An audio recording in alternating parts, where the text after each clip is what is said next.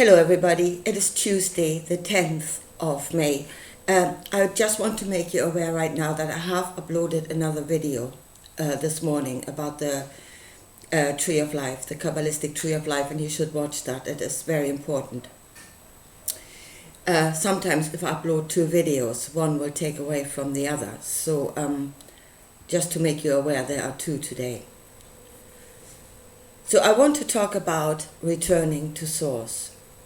Because that is something, again, I hear it all over the place. I see it in comments under videos, and everybody's talking about it. Yeah, we must return to Source. So there's our combined consciousness is screaming at us. Yeah, you must return to Source. We're trying to tell ourselves something here. And even for myself, when I started this journey, I think it was the very first thought that I had that came out of absolutely nowhere. That actually started my journey. You know, a thought that was not connected to a trail of thought, but it just came from nowhere. And that thought was return to the beginning. And again, that means it's the same thing, return to Source.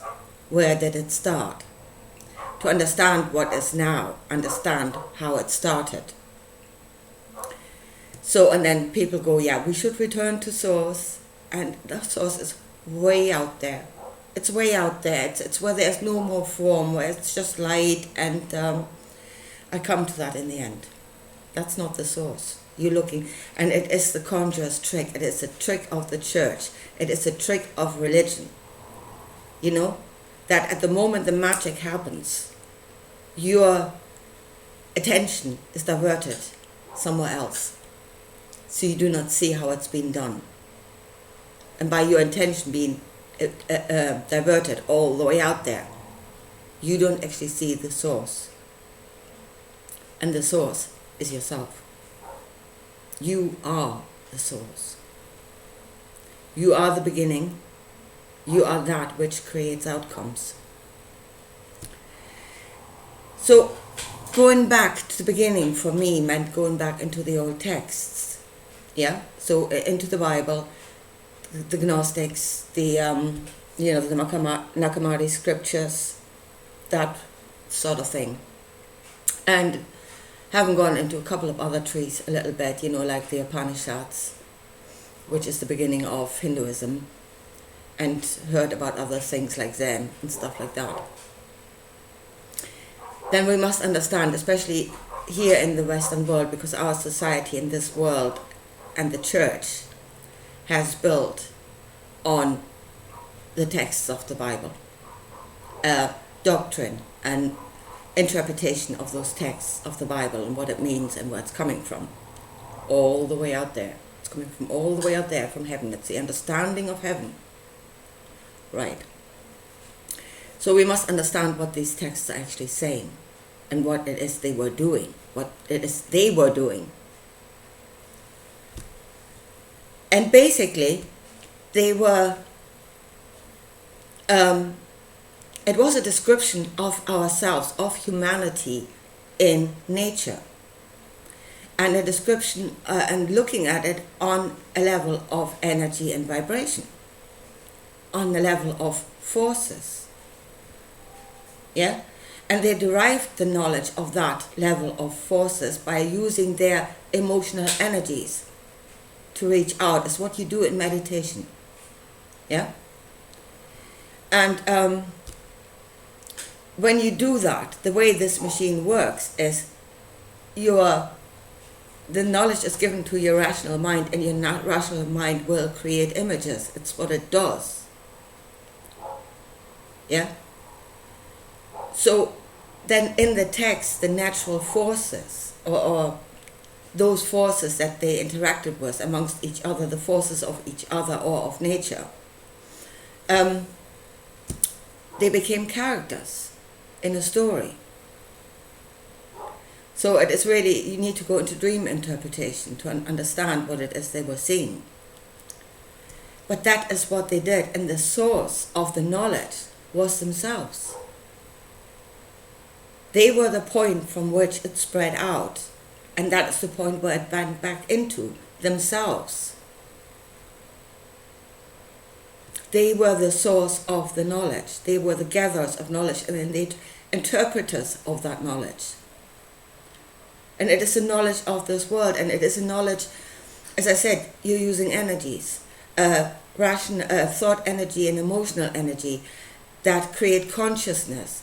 And again, in many of those teachings, as what we call nature religions, they did not only ascribe consciousness to themselves, but they saw everything as consciousness. Yeah? So that is why we have nature spirits. They were talking to the consciousness of the tree or of a plant or something, or an animal. They were talking to the animals. Dr. Dolittle going around. Their consciousness was connecting to the consciousness that was around them. And as I said, it created images. The spirit of the animal spirit that they were talking to. That is what those books describe, and they were the source. We are the source of the knowledge in those books, in those texts. And it is our spirit reaching out, our consciousness connecting to other consciousnesses around us, or connecting to each other on the level of consciousness and not form. That's our knowledge. We are the source of that knowledge. We are the source. And not only talking sometimes like in the book, the Old Testament, talking about aspects of us. Yeah? Like there's God that wants to have dominion over everything. That is an aspect of yourself. And in that book, that aspect wants to rule over all the other aspects, and it wants to be the only one. I want to have dominion over everything. It's this desire to have dominion over everything and becoming that desire. Where many in this world have become that desire, you're not a terribly well-balanced human being if that is all you are. Because you have other aspects. There should be other desires to create a balance that then at the end of the tree of life, in Yesod, in the foundation, yeah, you have a balanced intention that you manifest into this world, and that should be derived out of consideration of yourself and of everything else around you. Again, you're using your emotional knowledge of other consciousnesses to create balance, so that you're not going through this like a plow. But then look at the Kabbalistic tree of life. And I mean, the Malchut, the kingdom that Jesus talked about, the kingdom of the Father, it's here. Malchut is here. It's this world. You're in it. You're in the kingdom. And you're one of the parts here that creates. You are the foundation of your own creation. So what the church did, and here comes what that whore actually did, is it took those images, yeah, and it said, you know nothing. This is the knowledge of heaven. It's coming from up there, from way out there. And your puny little mind cannot understand it because it is attached to source, and source is all the way out there. And you're not connected to source, so you don't know. We were the source. Yeah, and it's people like yourself that were the source. It was fishermen 2,000 years ago that could understand this because they were the source. The knowledge was within them. Didn't take the brains of an archbishop to understand. Fishermen could do it because it was within them, because they were the source, part of the source. So that's what they did. It's all the way out there, nothing to do with you. It's a different world somewhere.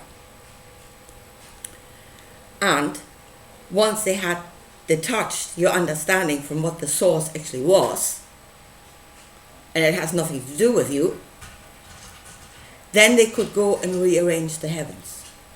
Yeah? And they could tell you interpretations of the will of God. The text means this, and this is the will of God, and you must do accordingly. Yeah? And you're running around saying, well, either there's a very evil God up there, or,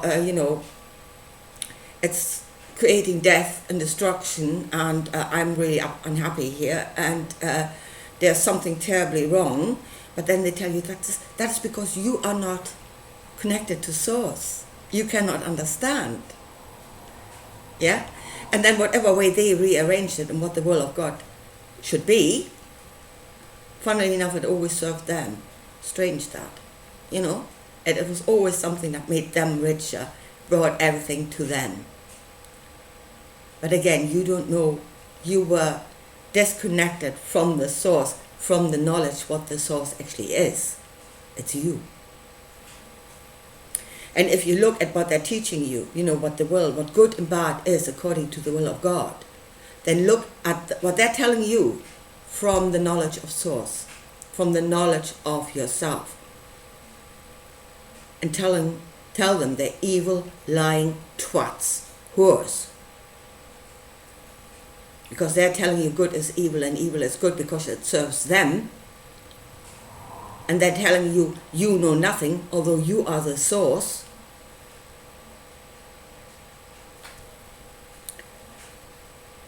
So that's what we must get back to, and then we can read those texts correctly, knowing it's speaking about something inside of ourselves, knowing that tree of life, the Kabbalistic tree of life, is not magic.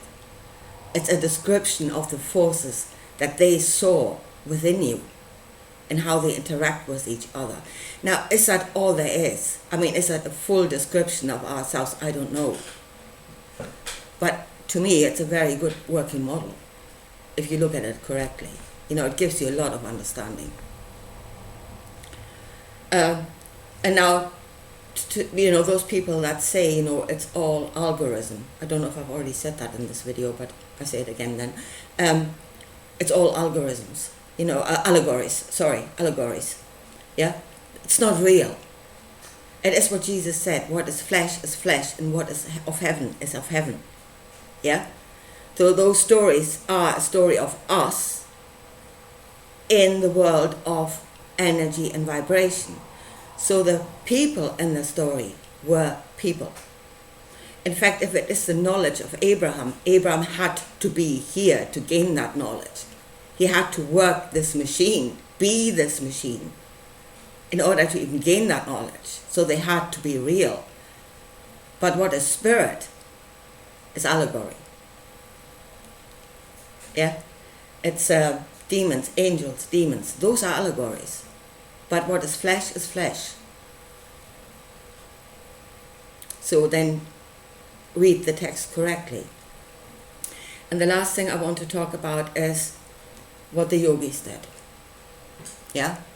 And I mean, I say our energy can reach out, and apparently it can go all the way out there. It can go all the way out there. Yeah? We can reach out to God knows where. And they say, there's no more form, and there's just energy and no boundaries, and there's just nothing there. That's because you don't understand. The ego does not understand. You've gone that far out. You've gone beyond the knowledge of the ego. So then, of course, there's no form there, because the ego cannot give it form. It doesn't know what it's looking at.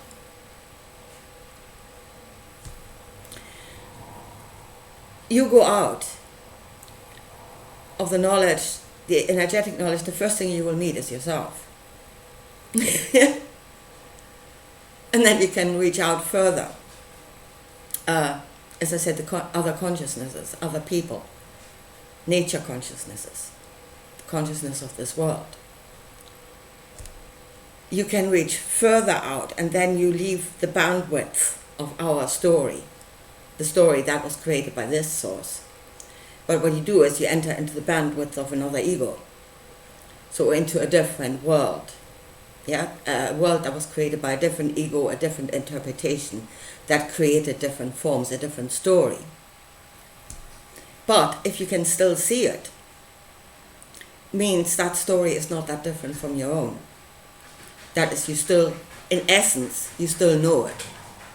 Although it might look a bit different, but in essence you still know it, which means you can still see it. You go further out than that, and you come towards something that you don't know anymore. It's so different from yourself that you can no longer interpret it with the knowledge of source, of yourself. So what we do? We expand our bandwidth, yes. But it's not going either the egoic way or going by the knowledge of emotions. The two have to be together. You need to be you in your fullness. You need to be connected to yourself. You need to know you are the source and your two parts have to work together. And as we expand our knowledge and we get knowledge of the other worlds, and step by step we're going outward.